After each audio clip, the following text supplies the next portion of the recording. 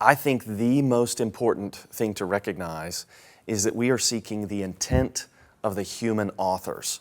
So when we make claims about something being typological or typifying something that will come later, I think what we want to demonstrate is that the human authors of the biblical texts actually intended to communicate these things.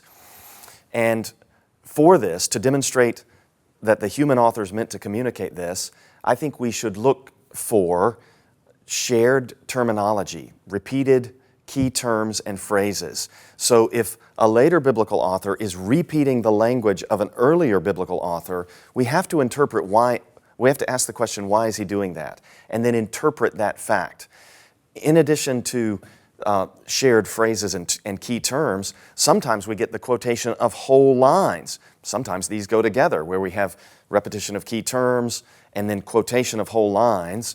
And then from these, sometimes we also get repeated sequences of events where the same kinds of things happen in the same or almost the same order. And so when we have repeated key terms and phrases, quotation of whole lines, and then repeated sequences of events, another thing that we should look for is a similar significance of this character, or perhaps this event, or maybe this institution, if we're talking about the sacrificial system or something like that, a similar significance in terms of God's covenant with His people, or in terms of the flow of the salvation historical storyline.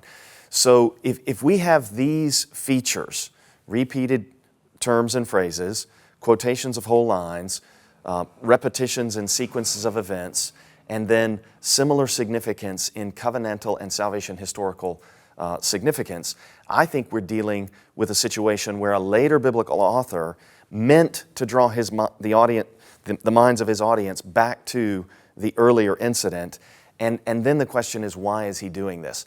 And when we have types, I think the answer to that question is because the later biblical author is recognizing God is sovereignly controlling things so that these things are happening again, and then he's drawing attention to it by repeating the words and phrases and quoting the lines and showing the sequences of events. And this later biblical author is anticipating more of this in the future. So I think those are the key criteria for determining that we're dealing with a type.